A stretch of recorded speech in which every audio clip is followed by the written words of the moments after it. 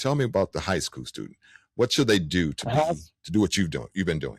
high school students, it's a good time to get engaged with community activities. Okay. Uh, um, you would be surprised at what kids will tell you once you have their confidence and they know they're in a safe environment. Okay. Sometimes they will tell you stuff, but the main thing that a high school student needs to know, and this will be on all levels, uh, is if you know something, they tell you something, then it's your responsibility to report whatever that might be. Hmm. And after an investigator gets it, then you've done your part, Okay. because you might be saving a life, you know.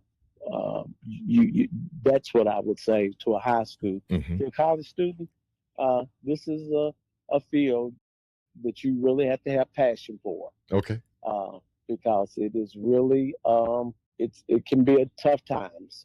There was times when I got off from work and came home at 3 a.m. in the morning, and I still couldn't sleep because I still was uh, making sure that I have covered all the bases in terms of safety for children, um, uh, even for parents, because sometimes, or even elderly people. I even work with elderly people because sometimes I have to remove elderly people out of their homes Hmm. because of the abuse and neglect uh, that they were suffering, also. And sometimes it was the elderly person, uncle or whoever it might be, that's in the home that's not safe or shouldn't be there, And so you have to do that. You have to think about that.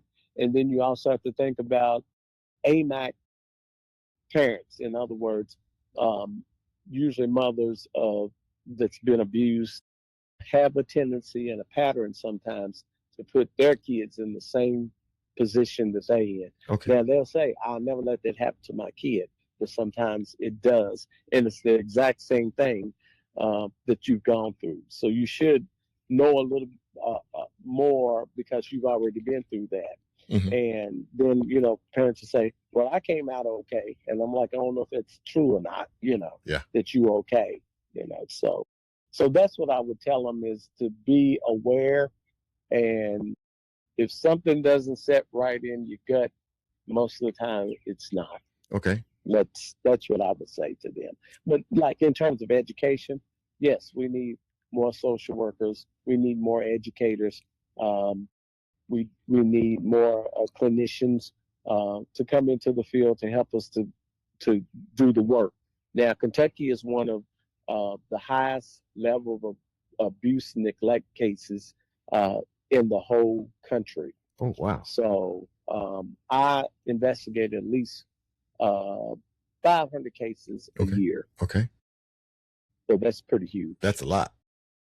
Hmm. How do you balance that out? How do you sleep? I mean, it's like that would weigh on you and you would be sleepless nights and you'd probably be an alcoholic or something. I don't know. How do you balance all that out? Well, you have to learn how to like compartmentalize it as much as you can. Um, um, I think my family will tell you that uh, they know that I was pretty stressed at times, and I would miss a vacation or anything like that because I needed that time away, Of course. away from that whole situation. Hmm. And it can have a little toll on you when you're going through and seeing those type of cases day in and day out. Hmm.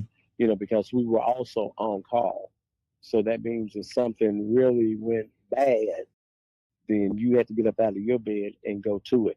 Okay. You know. We have So, Stephen Gilkey out of Kentucky telling us the most intimate things of when it comes to jobs and wearing several hats. He is on the Circuit podcast. I'm DC Washington, your host. Feel free to call in at 248-736-2100 to ask any questions.